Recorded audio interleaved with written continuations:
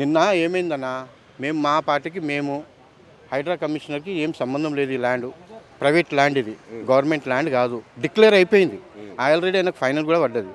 మాకు ఎలా గులగొట్టిండో, గులగొట్టి 3 నెలలు అయిపోయింది. ఎక్కడో సామాన్ పడేస్తే మేము మళ్ళీ ఒక కమిటీ వాళ్ళు వచ్చి ఉంటున్నాం 3 months నుంచి. గాలికి ఎండకు అసలు మేము తట్టుకోలేకపోతున్నాం.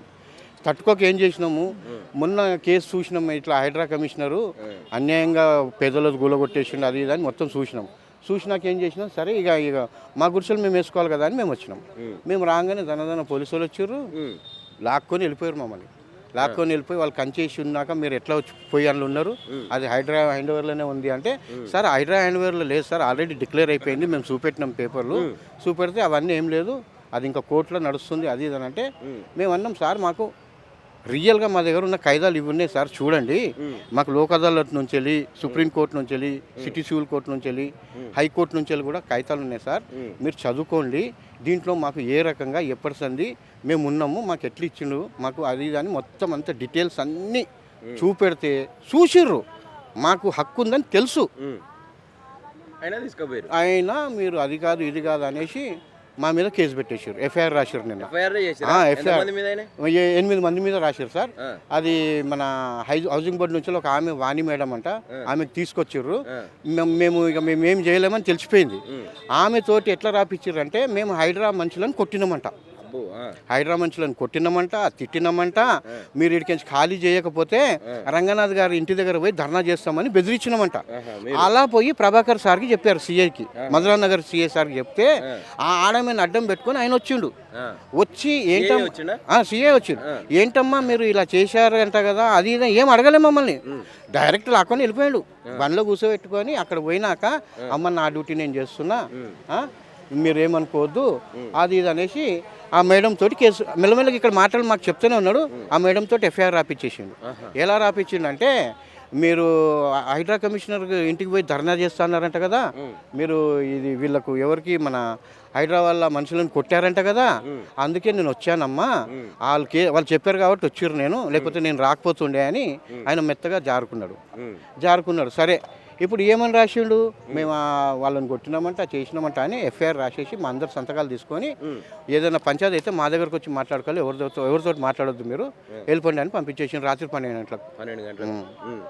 ఏం చేద్దాం అనుకుంటారు, మొత్తం ఫెన్సింగ్ చేసిండ్రు మిమ్మల్ని. ఇక ఇప్పుడు మేము ఈ క్షణం బయటకు వెళ్తే మళ్ళీ మిమ్మల్ని ఉంచే పరిస్థితిలో కనిపిస్తలేదు, మొత్తం పోలీసులు హైడ్రా సిబ్బంది అంతా కూడా దిగింది. అందుకే ఇప్పుడు కలెక్టర్ గారు వస్తున్నారు, ఆమె తోటి మేము వినియోగించుకుంటాను అనుకుంటున్నాం. మా బాధ ఏందో, కలెక్టర్ వస్తుందని చెప్పారు, మాకు మెసేజ్ వచ్చింది.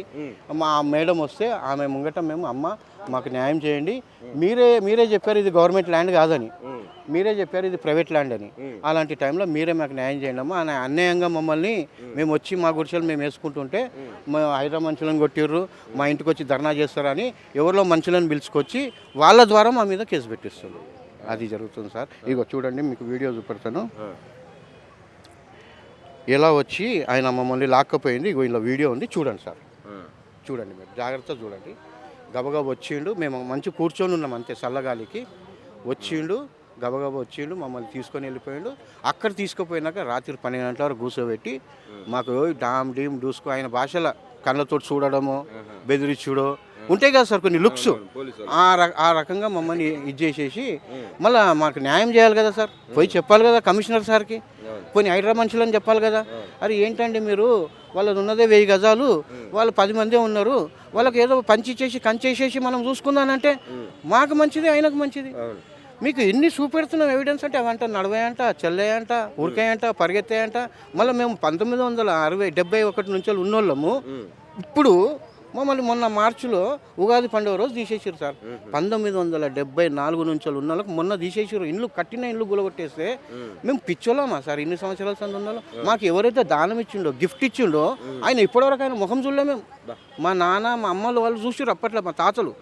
ఆయననే వచ్చి మాకు ల్యాండ్ ఓనరే మాకు ఇప్పటిదాకా ఒక మాట చెప్పలేదు. బోర్డులు ఎప్పుడు వాదిండ్రు, ఈ మన హౌసింగ్ బోర్డు మా ఇల్లు గులగొట్టగానే పాతేసారు. మాకు రాత్రి రావాలి గులగొట్టేయాలి, పటాపటు ఇటు ఫినిషింగ్ పడతారు, కంచేస్తూనే ఉన్నారు, మా సామాన్లు తీస్తూనే ఉన్నారు. అంత ఆచరణం ఏందేమో అర్థమవుతలేదు. మరి ఎవరికి ఇవ్వాలంట ఈ ల్యాండ్ అంతా? ఈ ల్యాండ్ అంతా మళ్ళీ ఏం చేస్తారు? వాళ్ళు పంచుకుంటారా, లేకపోతే ఇలా కబడ్డీ ఆడతారా, లేకపోతే ఇంకేమన్నా జిమ్మికులు చేస్తారా, స్విమ్మింగ్ పూల్ కలిగి ఏమన్నా దుంకుతారా? దాంట్లో మాకేం తెలుసు సార్.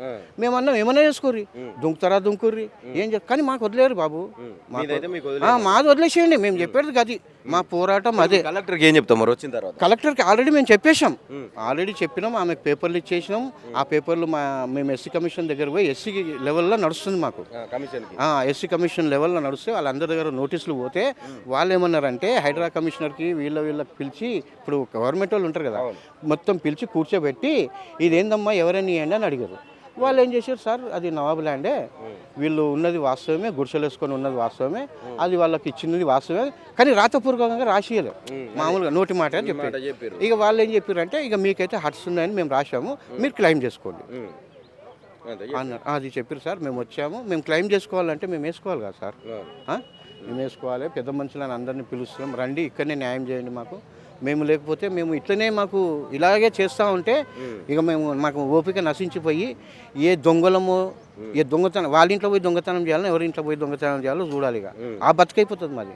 ముందే మేము పని చేసేది లేబర్ పని సార్, మాకు బతుకు తెరలేదు. ఇప్పటి 3 నెలల సంది ఆల్రెడీ మేము చాలా అనుభవిస్తున్నాం. ఇలాగే అవుతూ ఉంటే మా మనుషులు ఏం మాట్లాడుతుందో తెలియదు మాతో. పెద్ద మనుషులు వాళ్ళు చదువుకున్న వాళ్ళు, వాళ్ళకి అంతా తెలుసు, జనరల్ నాలెడ్జ్ మనుషులు వాళ్ళు. మాకు కొంచెం న్యాయం చేస్తే చాలు సార్. మీరు డౌన్ కావద్దు ఈ విషయం, మీరు కొట్లాడాలి కానీ వేరే తప్పుడు ఆలోచనలు ఏం తీసుకోవద్దు. లేదు సార్, అట్లా చేస్తున్నారు వీళ్ళు, ప్రభుత్వం అట్లా చేస్తుంది మమ్మల్ని. మీకు పిల్లలు ఉంటారు, ఎదిగిన పిల్లలు ఉంటారు, వాళ్ళందరూ కొట్లాడాలి కానీ తప్పుడు నిర్ణయం తీసుకో. లేదు సార్, వాళ్ళకు కూడా పిల్లలు ఉన్నారు కదా, తెలియదా వాళ్ళకు? మాకు కూడా పిల్లలు ఉన్నారు కదా, మేము కూడా మనుషులం కదా, ఎట్లా బతకాలి మాకు కూడా తెలుసు కదా. మేము కూడా అందరి ముంగట మంచిగా ఉండాలని కోరుకుంటున్నాం కదా. కానీ వీళ్ళు మాకు దొంగలు తయారు చేస్తారు. ఇక వీళ్ళకి మేము చెప్తుంటే అర్థమవుతలేదు, మంచిగా మాట్లాడుతున్నాం కదా, అర్థమవుతలేదు. వీళ్ళు ఇట్లనే మాట్లాడతారు, ఇట్లనే చేస్తారు. ఎత్తేదని ఎన్నో వాళ్ళు బతుకుతారు అంటే ఎట్లా బతుకుతాం సార్? ఇల్లు లేనిది ఎట్లా బతుకుతాం చెప్పండి? అన్నిటికీ ఆధారం ఇల్లే. ఈ రోజులలో కిరాయి కట్టుకొని నేను ఉండలేను, లేబర్ పని నాకు ఒకసారి ఉంటుంది, ఒకసారి ఉండదు. మేము ఇంట్లో ఫ్యామిలీ అనేది తేడాలు వచ్చేస్తే ఇంటికి ఒకళ్ళు ఒక రకంగా తయారైపోతారు సార్. మర్యాద ఉండదు, మాటలు ఉండవు. ఇవన్నీ మనకు అనుభవిస్తే తెలుస్తుంది. వాళ్ళకి తెలియదు కదా, పుట్టుకతోటే లక్షాధికారి వాళ్ళు. వాళ్ళకి ఏం తెలుసు సార్? అయ్యా అమ్మ సంపాదించి పెట్టిర్రు, వీడు ఇట్లనే దొంగ పనులు చేసి సంపాదించిండు, వాని కొడుకు అట్లనే సంపాదిస్తాడు, వాడు సుఖంగా బతికిన వాళ్ళు, ఏసీలో ఉన్న వాళ్ళు, వాళ్ళకి ఏం తెలుసు సార్? లోకల్ మనిషి బాధ, గరిబోని బాధ వానికి ఏం తెలుసు? అది తెలిసినోడే మనిషి. ఆడు అర్థం చేసుకొని వచ్చి మాకు ఇవ్వమని మేము న్యాయంగా అడుగుతున్నాం సార్. మాకు శక్తి తగ్గిపోతుంది బాగా. ఇట్లా శక్తి తగ్గిపోయింది అనుకో, మనిషి చేయనకూడని పని ఏదైనా చేసింది అనుకో, నా మాట చెప్తున్నా సార్, నేను చెయ్యొద్దని నేను అనుకుంటున్నా, కానీ వీళ్ళు బలవంతంగా అట్లా చేస్తున్నారు. ఇప్పుడు ఈ పోలీసు వాళ్ళు కూడా ఏమంటారంటే మీడియాతో ఎంతవరకు మాట్లాడతారో మాట్లాడి వాళ్ళు పోగానే మేము వెళ్ళిపోవాలంట. ఇక్కడ పుట్టి పెరిగిన వాళ్ళము ఈ జాగా సాఫ్ చేసుకొని బతికిన వాళ్ళం, మేము బతికిన వాళ్ళం. మాకు అట్లాంటి మాటలు చెప్తే ఎట్లా అనిపిస్తుంది సార్? మళ్ళీ వాళ్ళే అంటారు మీరు నిజంగా న్యాయంగా ఉన్నారు, మీకు అన్యాయం జరుగుతుంది, కానీ మేమేం చేస్తాం, మా డ్యూటీ మేము చేస్తాం.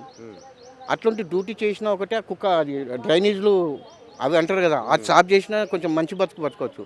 అన్నీ తెలిసి కూడా వాళ్ళనే డిసైడ్ చేసుకోవాలి కదా సార్. పొయ్యి సార్ నిజమే సార్, ఎవరో ఒకరు వాళ్ళ దాంట్లో వాళ్ళు మాటింటారు కదా, పోలీసు వాళ్ళు దాంట్లో ఎవడో హెడ్ అయినా ఉంటాడు సార్, మీరు కూర్చోబెట్టి మాట్లాడుకుంటే అయిపోతుంది సార్. మాకు రివర్స్ చెప్తారు, ఆయన ట్రైన్ అంటాడంట, ఆయన ఎదురుగా పోతే ట్రైన్ ఎట్లా గుద్దుతుంది? అది మమ్మల్ని అన్నారు సార్, పోలీసు వాళ్ళే అన్నారు, వాళ్ళ పేరు మాకు తెలియదు కదా. ఆయన ట్రైన్ అంటాడు, రేవంత్ పోలీసు వాళ్ళు, ఆయన ట్రైన్లు అంటాడంట, గుద్దుతేనంట ఎన్నో పడిపోతామంట. గుద్దుమను మళ్ళీ ఎక్కడ పోయి గుద్దుతాడు, పెద్ద పెద్దలను గుద్దుకోమను, మేమైనా సంబరిస్తామని అమ్మ మంచి పని చేస్తారు వీళ్ళని, అక్కడ గుద్ది గరిబోళ్ళని పెంచమను, పెంచితే మాకు కూడా ఇదవుతుంది. అరే మేము కూడా సపోర్ట్ చేస్తాం అట్లాంటి వాళ్ళకు. మంచి ప్రభుత్వం మంచి నన్ను అట్లాంటి మనిషి దగ్గర మీరు పోవద్దు, పోటీగా పొయ్యి అంట బతిమలు ఆడుకోవాలంట.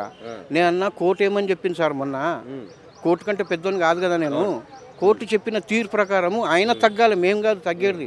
ఆయన తగ్గి అరే సరే ఇక ఇక్కడ అయితే కొన్ని జరిగినాయి కాబట్టి నేను తీసేసిన, మీరు జెన్యూన్గా బాగున్నారు కాబట్టి ఇక అమ్మ మీకు ఇట్లా మీకు ఇచ్చేస్తున్నా అంటే ఆయన ఫోటో పెట్టుకుంటాం మేము పోతే అట్లా పోతాం సార్, లేకపోతే ఇట్లా పోతాం. అర్థమైందా? అది వాళ్ళు అర్థం చేసుకుంటే చాలు.